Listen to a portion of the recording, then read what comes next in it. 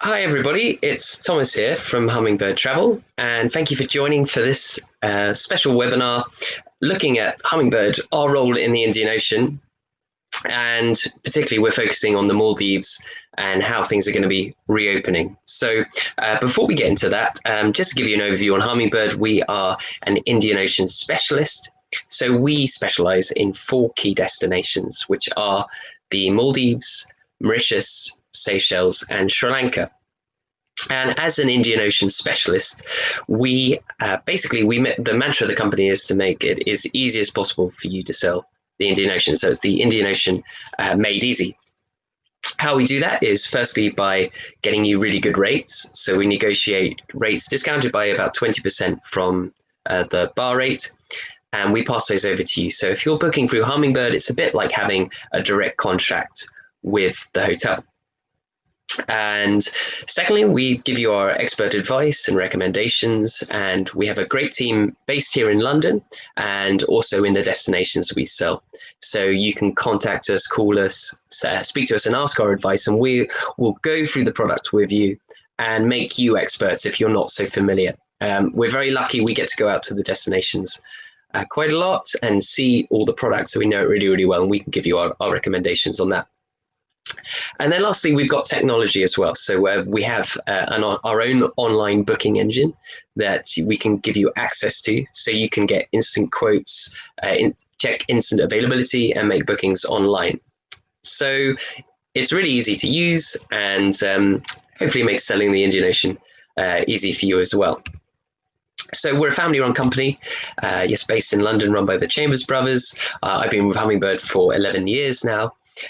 So we've got a lot of long-standing staff. We've got a very knowledgeable reservations team. We also have our ground handling team who are on the ground doing the meet and greets, doing transfers, and looking after your clients, basically. So Maldives, and then we also have offices in Sri Lanka, Seychelles, and a smaller office in Mauritius as well. The ground handling is a meet and greet service. It's a 24-hour service. It's also an invaluable service if there's any issues or problems, like, for example, the recent COVID situation, particularly when it first kicked in and there were clients stranded on resorts or trying to get flights back to the UK. That's where our ground handling service really came into use. We were looking after clients, reassuring them, finding them the next available flights, finding them alternative accommodation, and successfully getting them home safe. So having someone on the ground is really helpful because it's quite a stressful situation if you're in the UK trying to arrange things for your client. So to have us there is really helpful. We also do a CIP service, a sort of fast track service for VIPs. So it basically means you can fast track through immigration. You go to a private lounge. Your passport details are done for you and really, really quickly. And then you go straight to your transfer, whether for the Maldives, it's seaplane, speedboat, or domestic flight. We're affiliated with Virtuoso, Traveller Made, Pure, Select. So we deal quite a lot with high-end boutique operators.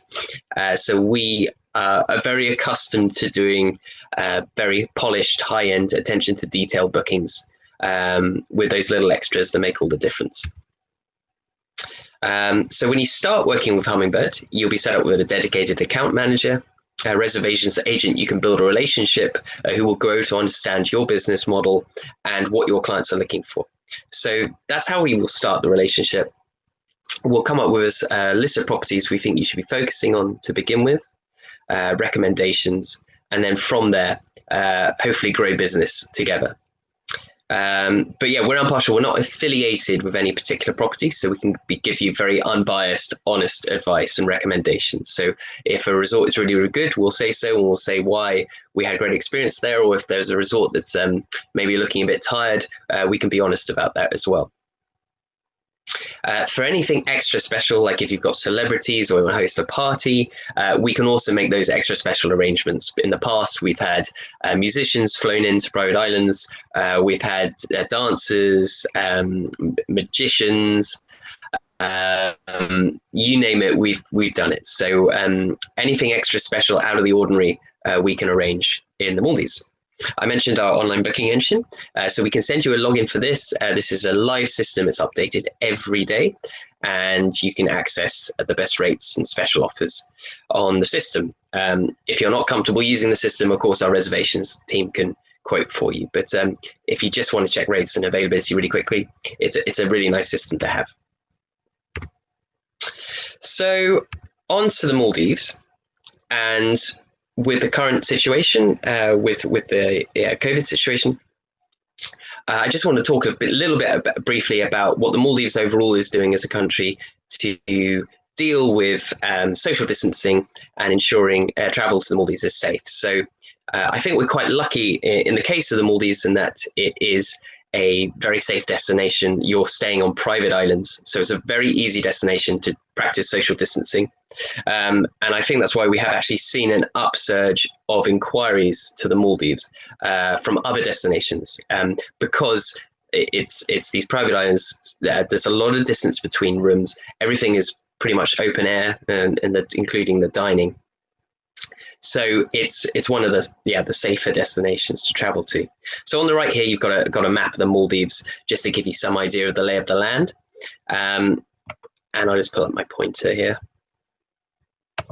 This is the north and this is the south Mali atolls, where a large proportion of the resorts are opening in July. And so these are resorts accessible by speedboat transfer, and they're sort of the first resorts opening up, and easily accessible by speedboat. So you've got, for example, places like the Oblu, Sangeli, the Olivelli that Catherine's talking about, amongst many, many others.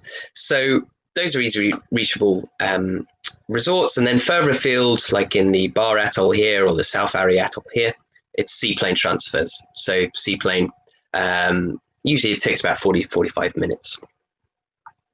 So this is what Mali Airport looks like. They've now expanded it, so there's a bridge which connects from the bottom here to the main island of Mali. We have a counter number, which is counter number 50, that your clients can find on arrival, and we'll assist you with your luggage and take you through. So how does the procedure work at the airport? So making a booking in the Maldives is straightforward. Now, a big thing we are waiting for is for the government advice to change. So for that travel advice to recommend the Maldives, that hasn't happened yet, but we are expecting it to change in the coming week or so. You can still travel to the Maldives. You can still get insured to travel to the Maldives as well. But as the case is at the moment, you would be expected to quarantine for 14 days on return. But I would expect that advice to change in the coming weeks. In the meantime, if you're booking the Maldives, you can book as many nights as you want, but it would just be at one private island, private resort island. All the resort islands that we sell pretty much are private islands anyway, and you can travel for up to 30 days, visa granted on arrival. The big change is you must fill out a health declaration form, and that's got to be completed within 24 hours of your departure. And I put the link there. It's imuga.immigration.gov.mv. So you fill that out, and then you present that on arrival.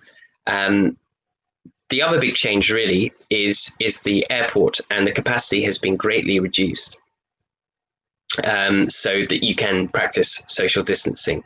But apart from that, as you come to the airport, there will be a temperature check as you pass through for screening, but there won't be any compulsory COVID tests required. If you're showing symptoms, then you'll be taken off, and you're feeling unwell, you feel like you've got COVID and you've got a high temperature, you'll be taken off to a medical room, and you'll be given a COVID test there, the cost of which will be about $60, and the results of which you'll get within 24 hours.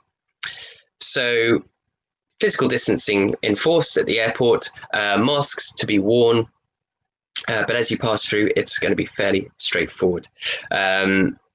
There's plenty of space, 2-meter distance between guests on arrival. We're expecting lower numbers for August, September, October anyway, so it's not going to be an issue at Mali Airport. And then baggage collection, and then you pass through to transfer. So it's pretty much the same procedure, apart from the health declaration form, apart from the social distancing in place and masks being worn, it's not that different how it has been previously. There, of course, the facilities at the airport, they're going to be people working there are obviously going to be careful. They'll be used hand sanitizer. Sanitation procedures will be, the airport will be fully sanitized on a regular basis to ensure it's a safe environment for clients on arrival. And that also goes for our ground handlers. So when you pass through the arrivals doors, you'll be met by the Hummingbird team, who will assist you and take you to your transfer. The Hummingbird team, of course, will be wearing face masks, gloves, and using sanitizer and be keeping a safe distance. But they will be there available to assist with luggage and show you the right way and ensure you've got a nice, easy arrival procedure into the Maldives. If the guest is feeling unwell on arrival and the test comes back and you have indeed contracted COVID, there are two options. The hotel can either allow you onto the resort, like Olivelli would be willing to do, and you can isolate on resort, or the resort might decide that you're best to go to a government quarantine island, which was basically, they used to be resort islands. They've now been allocated specifically for the use of quarantine. So that is the other option available. That is purely down to the choice of the resort. So I would suggest when you're filling out that health declaration form to fill it out as truthfully as possible. And if you're not feeling well, to get tested before coming to the Maldives, because you don't want to have the disappointment of having to spend 14 nights not at the resort that you booked. But good to check on the different policies of the resorts before traveling anyway.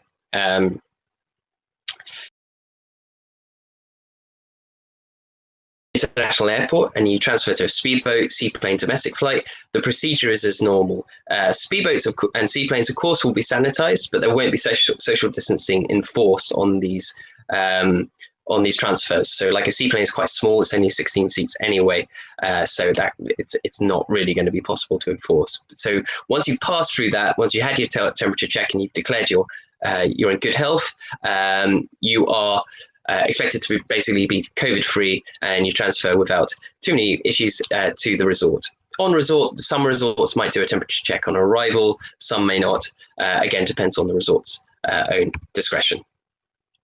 So this is a bit like what the airport will look like. So you can see the blue markers down for social distancing. This will be the health facility testing room.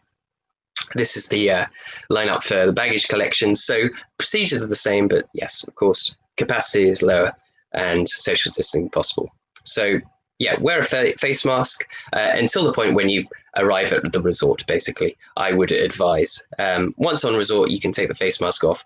Everything's open air. Social distancing is not a problem. And your stay on resort should be how it's always been. I don't think you'll notice a very big difference at all. The Maldives has actually increased its medical capacity, so they do have ventilators, they have island facilities that are safe for guests as well. So they do have the capacity to deal with clients that do have COVID. They have increased their capacity. There are island hospitals. Every resort will have a doctor on resort as well. So just to finish with, as a example of an excellent island where you could self-isolate on. There is a property called the Hideaway Beach. It's in the north. Let me just show you with a map here. And it's a very beautiful property, crescent-shaped island, as you can see here. And it's quite a unique property in that it's actually got a marina that cuts through the middle of it with lots of yachts, and it's one of the few resorts in the Maldives where you can do fly fishing. It's got a beautiful beach all the way around it, and as you can see, there's a great deal of distance between the different villas. So again, for guests looking for a sort of private hideaway escape from all the troubles of the world, it's an ideal destination to visit. It's a 5-star. It's a luxury property. It's got massive villas with huge gardens, ideal for honeymooners, or if you're a family, nice big pools with a nice big beach out the front as well. 103 rooms in total. It's in the Ha Alafu Atoll, which is very, very isolated. And it's one of the few places you can do fly fishing directly from the beach. It's opening in September. 7 nights would cost around 2 people. So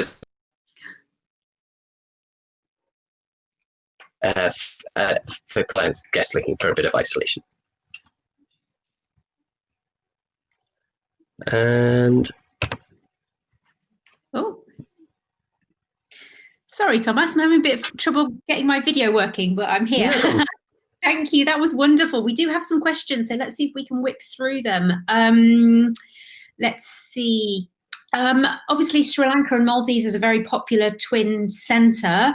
Jugo was asking, what about if clients go to Sri Lanka first and then to the Maldives? And transitioning between the two, would the COVID procedures be the same? It's probably be a bit complicated, that one, at the moment. What do you think? So, well, at the moment, Sri Lanka is a bit behind the Maldives. So the Maldives opened up on the July 15th. And it's basically, I put in my files, there's a list of all the resorts opening in the Maldives and when they're opening. So we've got the first batch of resorts opened on the 15th of July. We have more resorts opening in August, more in September, and then October. So it's a phased rollout of resorts in the Maldives. Sri Lanka, I don't think will be opening up until probably October time. So at the moment, it's also watch this space for Sri Lanka and seeing the number of COVID cases is still low in the country, but I don't think they're going to be opening up soon. So in terms of combining Maldives and Sri Lanka, I would look at maybe from November, December onwards, or maybe in Q1 of 2021. Before then. Oh, Thomas, where are you? There you are. You disappeared briefly. Can we still hear you? Yeah. There you are. Yeah, we can still hear you. Carry on. Great. So in terms of going between the two destinations, we will get further information on that. But I think because Maldives is seen as a very safe destination and the COVID cases are very low, Sri Lanka has also got very low COVID cases. I don't think it will be an issue once Sri Lanka is ready and open as a destination to do the transfers between the two. I think that the government was hinting even today, I think we were working on a story saying that they might be updating advice more rapidly rather than leaving it 3 weeks before they make any announcements. So hopefully there might be some change on the Maldives really soon. Yes. A question in the meantime from Jilly, just to clarify, because the FCO is currently saying advising against all but essential travel, I think we'll be talking about tour operators. If she's got clients booked with a tour operator, that package is going to be cancelled right now, isn't it? Because a UK atoll protected tour operator won't send that client if the FCO is advising don't go there. Just talk that through for us, really. I mean, you do still have some guests arriving in the Maldives. Are they traveling without insurance? Are they self-packaged rather than through an atoll protected tour operator? What's happening? You can self-insure. There are insurance packages. Despite the government advice, you can still get insured to travel to Maldives. You can just Google it. There are plenty of insurance policies available, and they're not particularly expensive either. We do have arrivals. Obviously, the numbers are quite low. We've had 3 or 4 arrivals already, and we've got more coming for August.